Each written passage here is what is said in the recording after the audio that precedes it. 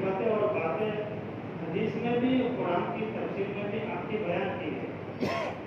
اس کے بعد ہم لوگ دیکھ رہے ہیں کہ ہر مادہ میں یعنی عورتیں اور ہر مخلوق کی مادہ یعنی جو عورت کی نسل سے ہے، بچے دینے والے کی نسل سے ہے، نہ کہ نر، تو اس میں جو لمحہ انسانیت دیکھ رہے وہ ظاہر ہے۔ خدا کے نبی صلی اللہ علیہ وسلم فرماتے ہیں کہ رحم خالی عورتوں میں نہیں ہونا چاہیے، پوری انسانیت میں رحم لازم ہے کہ اللہ کو پسند ہے۔ اللہ کی ذات سے نکلی ہوئی چیز ہے رحم، اسی لیے آپ نے فرمایا کہ اپنی ذات میں خیر داخل کرو، لوگوں کو خیر دو، لوگوں کو اپنے شر سے بچاؤ، دوسروں کے شر سے نہیں، اپنے شر سے۔ اس لیے کہ حدیث میں ہے، آپ نے فرمایا ہر انسان میں شر بھی ہے خیر بھی ہے، مکمل طور پر کوئی انسان خیر کا مالک نہیں، شر بھی ہے خیر بھی ہے۔ آپ نے فرمایا کہ اپنی ذات سے لوگوں کو شر نہ پہنچاؤ، خیر پہنچاؤ خیر۔ روایت کے الفاظ ہے تکفو، آگے میں بول رہا ہوں الفاظ، آپ نے فرمایا کہ اپنی شر کو اپنی ذات کے اعتبار سے روک لو، اس کے سدھارنے کی فکر کرو اور لوگوں کو رحم پہنچاؤ۔ جیسے گزشتہ باتوں میں ایک بات چل رہی تھی کہ جیسے اللہ کی قدرت اور اللہ کی طاقت کی نسبت سے اللہ نے اپنے بندوں کو اپنی طاقت کی بعض نشانیاں بتائی، ایسے اللہ ہر لائن میں مکمل طاقتور ہے، کوئی شک نہیں، جو شک کرے وہ مومن ہے۔ ایسے انسانوں میں بعض چیزیں طاقت کی رکھی ہے، وہ مقابلے کی نہیں، محنت کر کے طاقت پیدا کرو، بغیر حملے کے، بغیر آنکھیں نکال کے، بغیر غصے کی طاقت پیدا کرتے۔ بات چیزیں ایسی رکھی ہے، جیسے بتایا گیا تھا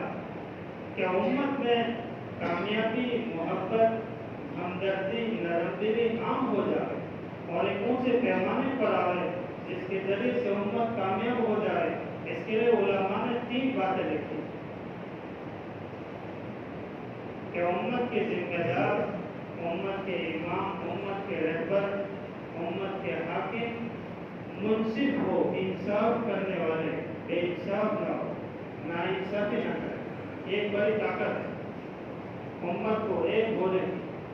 امت کی کامیابی کی طاقت۔ علماء نے آگے لکھا ہے کہ امت کے آپس کے کام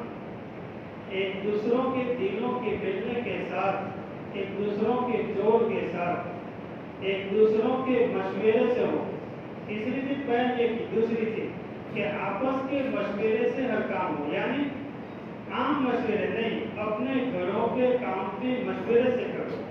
اپنے خاندان کے کام بھی مشورے سے کرو۔ ایسا نہیں کہ شوہر اس طرف، عورت اس طرف، اولاد اس طرف، ماں باپ اس طرف، بھائی اس طرف، بھائی بہن، ماں باپ اس طرف، ایسا نہیں، خاندان اس طرف، خاندان کا ایک طبقہ اس طرف، ہر ایک کو ساتھ میں لے کے چلنا، یہ ہر ایک کی ذمہ داری، فلانے کی نہیں، فلانے کی نہیں، فلانے کی نہیں، میری نہیں، تمہاری نہیں، ہر ایک کی ذمہ داری۔ کامیابی تک پہنچنے کے لیے اپنے دل کی صفائی ضروری ہے تاکہ ہر ایک کی محبت اپنے دل میں آئے۔ دلوں میں صفائی نہیں ہوگی، گندگی ہوگی تو ایک دوسروں کی محبت اپنے دل میں نہیں آئے۔